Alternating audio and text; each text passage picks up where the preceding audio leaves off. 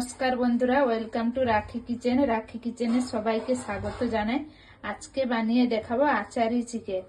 চলুন তাহলে বানিয়ে দেখাই আচারি চিকেন।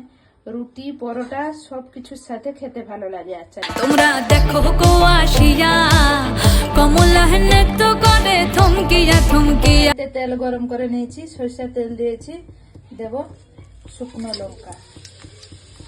শুকনো লঙ্কাকে লাল করে ভেজে নেব। শুকনো লঙ্কা ভালো করে ভেজে নিয়েছি, এখন দিয়ে দিব 5 ফোড়ন।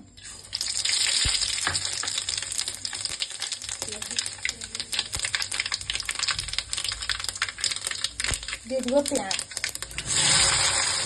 ভাজা হয়ে গেছে, এখন চিকেন দিয়ে দিব।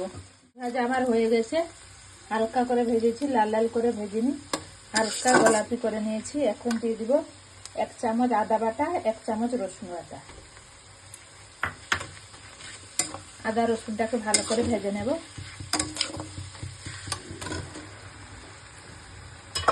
দিয়েছি 2টা বড় টমেটো কেটে রেখেছি, দিয়ে দিব। দিব পরিমাণ মতো লবণ। দিয়ে দিব 3 চামচ ভিনিগার,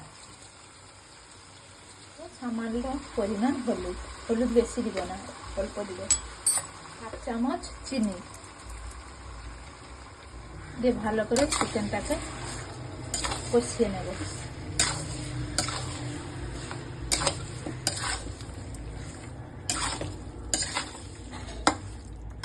ভালো করে নেড়ে চেড়ে এখন ঢাকনা দিয়ে ঢাকে রেখে দিব। মাঝারি আছে রান্না করবো। এইরকম মাঝখানে ঢাকনা খুলে নেড়ে নেব।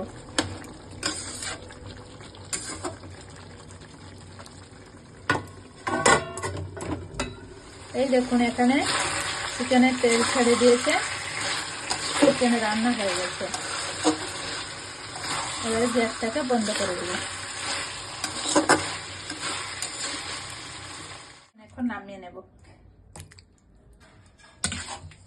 একটু টক টক মিষ্টি মিষ্টি খেতে লাগে এই চিকেনটা, তাই এর নাম আচারি চিকেন।